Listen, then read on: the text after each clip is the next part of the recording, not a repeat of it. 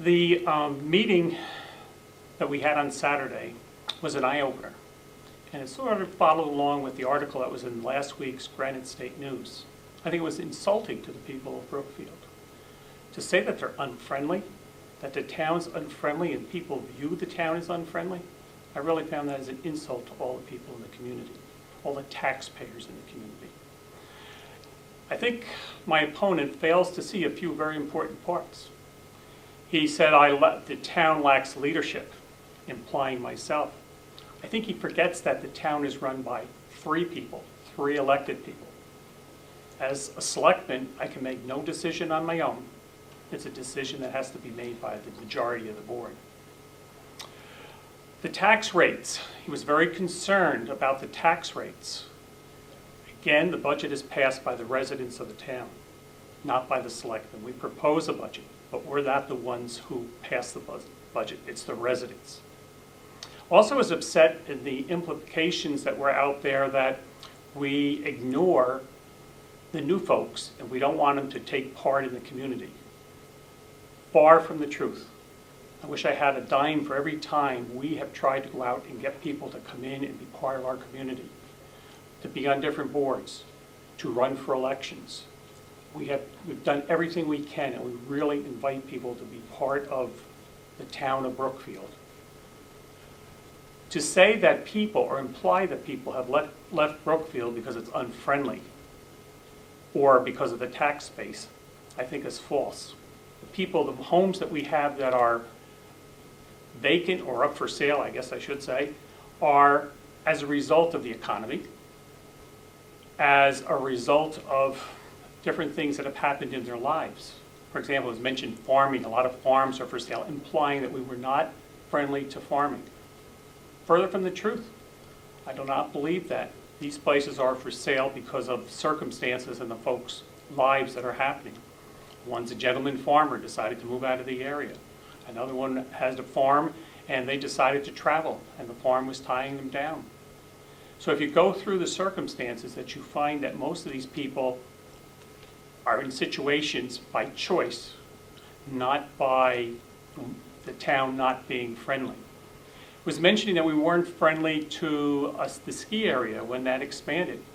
The planning board's the one that gets involved in that, just like when his business was going to expand and a new kitchen was considered. That's a planning board issue, not a selectman issue. And to protect the town, the planning board has a certain amount of regulations, rules that they have to follow for the good of the town. I mentioned in my discussion on Saturday morning, my concern, my opponent brought it up that I was against him at one point over a business situation. And yes, I expressed a concern probably 4 or 5 years ago in regard to his business becoming a commercial enterprise. I've said consistently that this should be a town decision whether they want to allow it. I had no problem with it happening, but to put a commercial business into town when the town has always said they didn't want a commercial zone, I find a problem. So all I'm asking for is the community somehow to decide whether they want the commercial business or not. I don't care one way or the other. I need to follow what the town has said in the past. Our budget is pretty much run by the school district. It goes up and down depending on the population, number of students we're sending to school. It was also mentioned that we need, or implied, and mentioned over time, that we need to budget for the improvements to the townhouse. Wow. We're already in hock for a nursing home. We're already obliged by a school addition. We don't need to bond the project like that. And it's going to cost hundreds and hundreds of $1,000s to improve that building. Do we need to improve it? Yes. Do we need to do it in one foul swoop and take out a loan? No. We need to set aside money, as we've done in all these other issues, and take it in steps. And we could, over a number of years, also get grants to help in that restoration of that building. It's lasted fine. We do need to improvements. We recognize that. And we've started. Something that I've really pushed is starting the school district, schoolhouse. We've always talked about it. We now have made the progress, and that is something that I've urged everyone. and it was a cooperative effort to do that. I know it was said that he felt differently in what the project should be. He felt it should keep its historic character. I understand where he was coming from, but I disagree. It would be nice, given all the museums we have around, the little schoolhouses, I don't think that was the best use of the facility. We needed to keep certain aspects of it, absolutely, and we've tried to do that. We've been very much asked the input from the Heritage Commission, what they will accept, what they would like, what they would not like. So they have been in this. And I also insisted during our meetings, because we always had 3 groups at the meeting, the Heritage Commission, the Planning Board, and ourselves, the Selectmen. We wanted to know, we wanted their input on it, and we decided to make sure that all not landowners, all property homeowners had a voice and gave their opinion via a survey of what they wanted. Not what I wanted, not what any of the others wanted. What would they like? It was overwhelming that they wanted it to be restored rather than taken down like some of the residents wanted. It was cheaper in the long run to take the building down and put up something new. But they saw the value of keeping it. And we've tried to keep it historically the best we can, but we did face issues that needed to be fixed. We had a roof that needed to be fixed. We had inside parts that needed to be fixed. This would become a multi-use facility. It would still keep some of its characteristics as a schoolhouse, and it would also allow other groups to meet in their clubs, etc. It would be a friendly facility that could be used. Another misinformation that was, in my opinion, that was given out had to do with the heating. The Heritage Commission did not want any of those Renai-type heaters in the building, the townhouse. They felt that that was not correct. They were acceptable to one being in the schoolhouse. We followed their suggestion, and we put new heating units in the townhouse, and we will put a Renai in time into the schoolhouse. We followed what the voters wanted from the survey. Let's see. Our tax rate, as I mentioned earlier, it's done by the school primarily. That raises our taxes. They go up $1.50 one year, go down another year. What we've tried to do over the years is put money into a reserve account. We're required to keep 5%, and this is overseen by the DRA, and we've tried to build that up to 10%. When the school district goes down, their budget goes down a little, we put a little more money into that account. So it fluctuates back and forth. Our budget appears to be going up this year, and it is to some degree, but not as much as it would appear. Our expenses for the highway and road improvements has increased, and you'll see a $95,000 thing in there. What we've done is, on the income side, we've taken out money from the bank that we have in the bank to cover that. We just have to show it as an expense. So if somebody were to look at the income side, you notice we've taken it out of one of our trust funds, expendable trust funds, and we put it into that to cover that cost. We have potential expenses in regards to abatements on property. These are unanticipated, so we've asked upfront for the people to put in $50,000 to cover that should it be needed.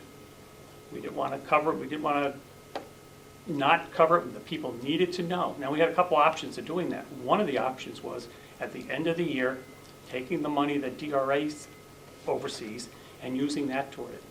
It would end up being the same because we use that money to lower the tax rate. We just wouldn't lower the tax rate. They'd be exactly where they were.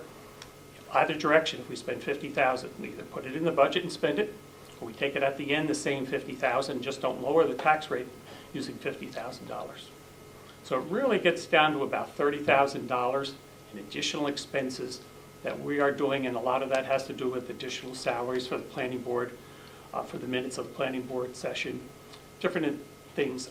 Also, many of the things that we have, many of the services we have no control over.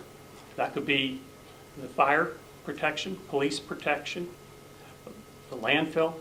We are given a bill. I know it was said that we don't talk to the other town. Well, we have gone to their meetings on different occasions.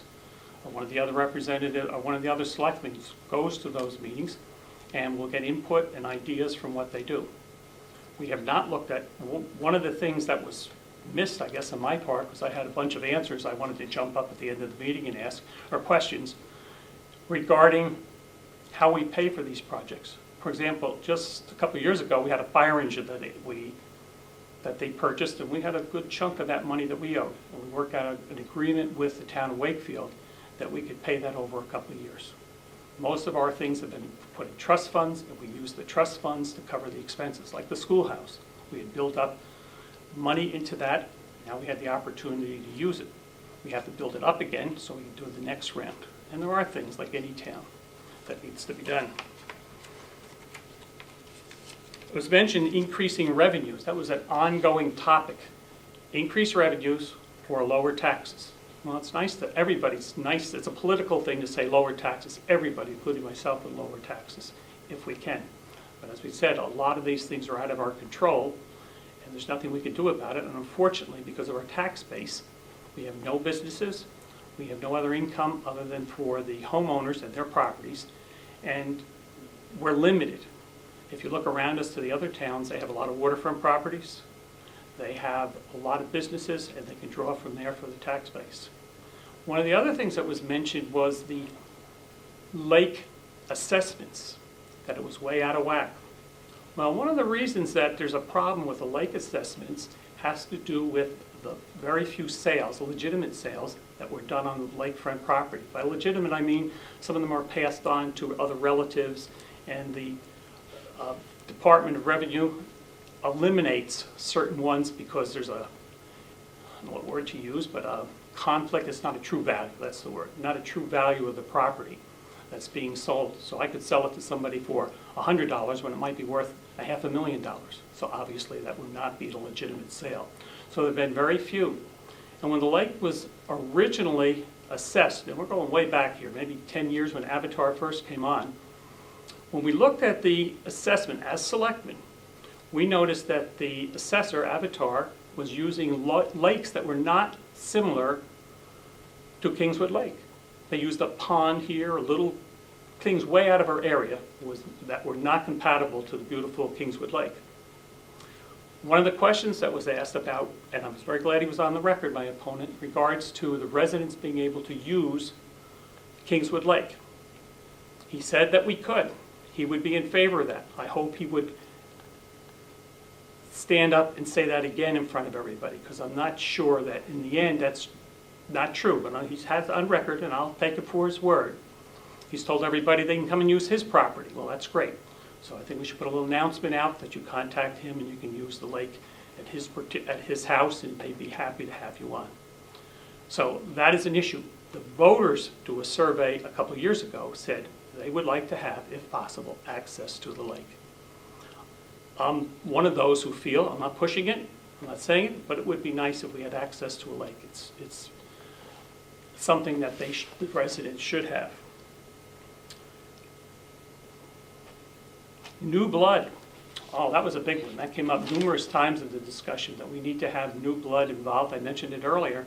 We've done everything we can.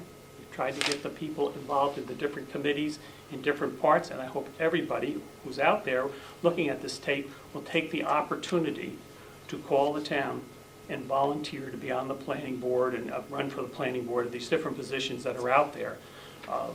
Conservation Commission, the Heritage Commission, these different things. We're looking for people, new people to get involved.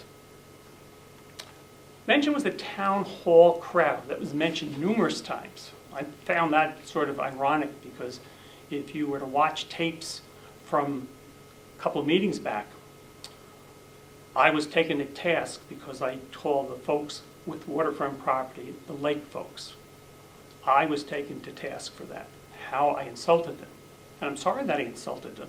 I didn't find it an insult, because I've talked to people since, and they didn't mind being called lake folks.